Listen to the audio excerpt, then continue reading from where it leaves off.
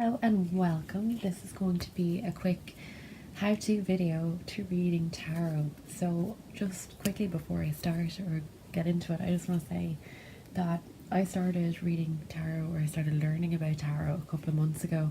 I just got quite interested in it. I was going through quite a difficult time. I'm kind of coming out of that now at this point.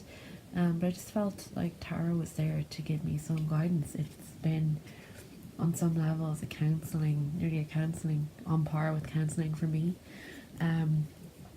I still watch other readers all the time. I'm claimed to be no expert whatsoever in tarot. My knowledge and what I have, some of it is learned and some of it is just based on intuition. So yeah, I suppose really it is, the key to it is about learning the cards, familiarizing yourself with the content, familiarizing yourself with the themes, familiarizing yourselves, if you don't know the zodiac, if you don't know the astrology, familiarizing yourself with the elements and the nature of some of those elements and how they downplay into tarot is important. Just being interested in it in general and in learning, I suppose, is really helpful. Sorry, you'll have to excuse me. I have a little bit of flu, so apologies. So I suppose what I will say is that if it in any way interests you, I would say go for it. I think the experience for me has been really, I enjoy it so much. I'm still learning. As I said, I claim to be no expert. What I would say is that it's good to have a focus for the exploration of learning. So for me, my focus for learning the cards, I focused on love because that's the experience that I was dealing with in my own life. I know a lot of people, for a lot of people that come to tarot for guidance, love is one of the core issues, one of the core experiences that people like to gain insight for, because love, after all, is what we all search for. It is one of those things that seem to baffle us at times. So yeah, it's certainly what I came to the family for support on. It's why got me interested in tarot in the first place, were love readings. So I suppose for me anyway, I think the biggest guidance I can give you is to tell you to focus on a theme, because it's much easier to learn how the cards relate to one aspect, because you can have a whole range of different aspects in which the cards relate to, from love to career to family to health, well-being, and life in general. So I think it's important when you're learning and first starting out to focus on one. I certainly did, and it just made it a little bit less difficult to familiarize yourself with content, and it can always be applied, that knowledge, to other aspects in life.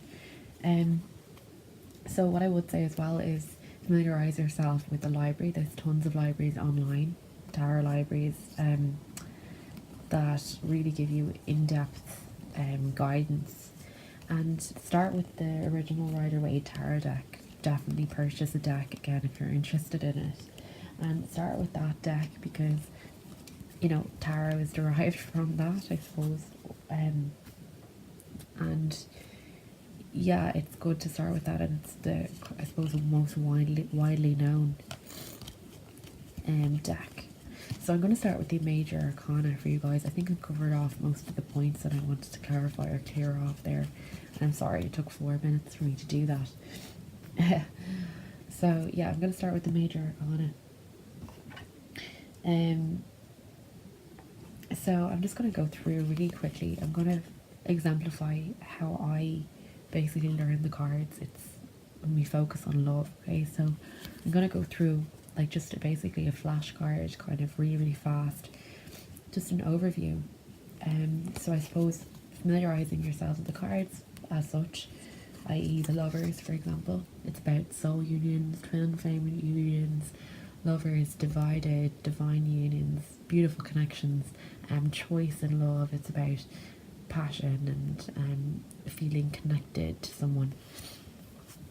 Okay, Death is about transition. It can be about breakups and endings. It can be about new beginnings, moving on, new phases, something coming to an end in order to give rise to something else. The Hierophant is a sign of Taurus. Oh, and I just missed 2 points. The Lovers is the sign of Gemini. Death is the sign of Scorpio.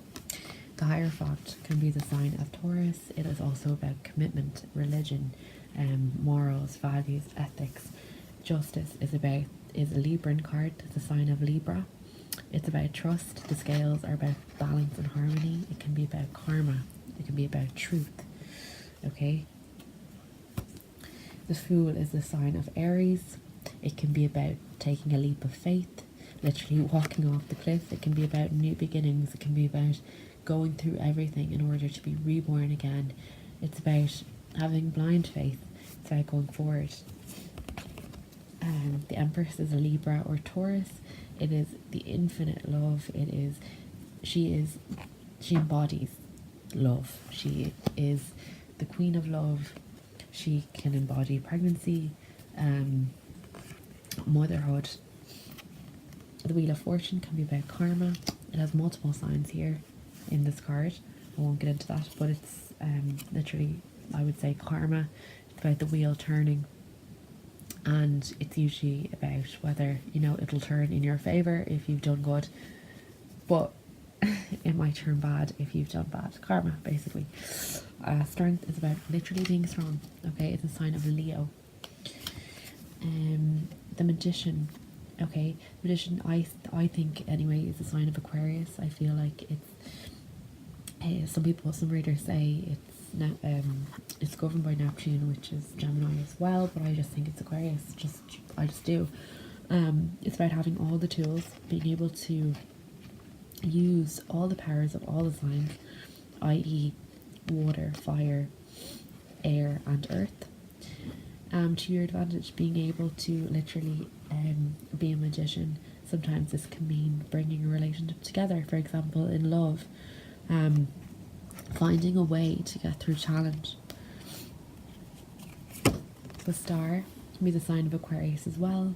It can be to do with a wish, so a wish in love, for example, if someone is your wish, someone you want to be with.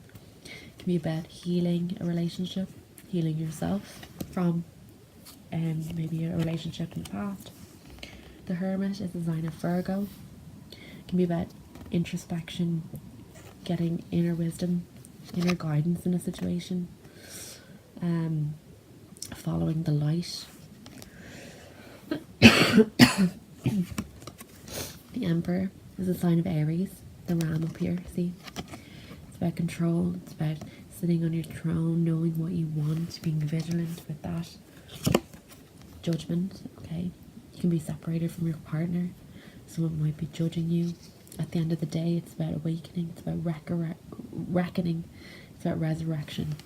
So, the Moon, feeling anxiety, it's a card of illusions, not really knowing.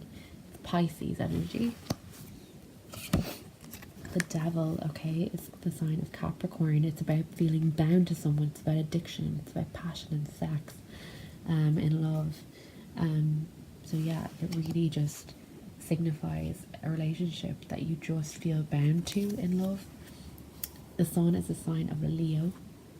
It signifies truth, harmony and happiness, clarity, the light guiding you through. The Chariot is a sign of Cancer. It can signify feeling victorious, especially in love, or returning to love.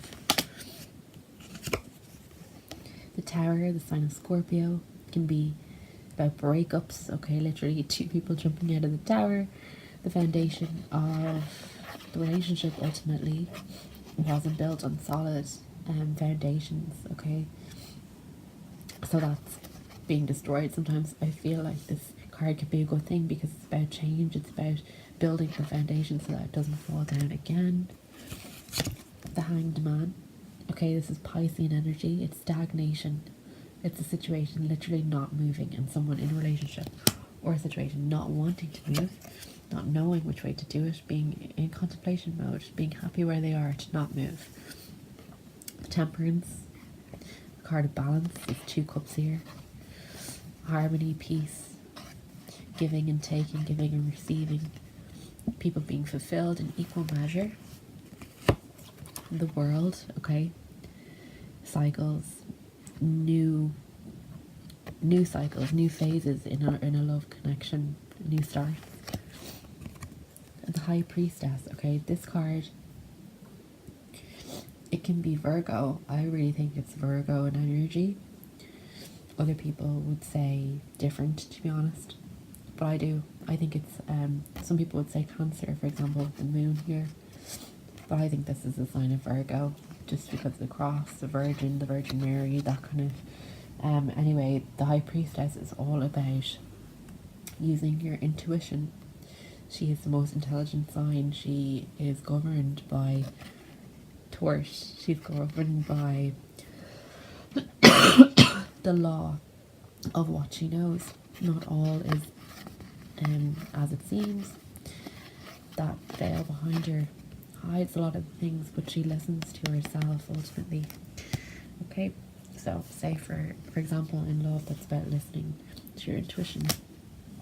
So if you like this video, okay, this is only the major arcana, the minor arcana yet to be disclosed. If you like the video, please give it a thumbs up, and I will do a second video and I'll describe more about the tarot, okay? And subscribe to my channel, it will keep me encouraged. Thanks guys.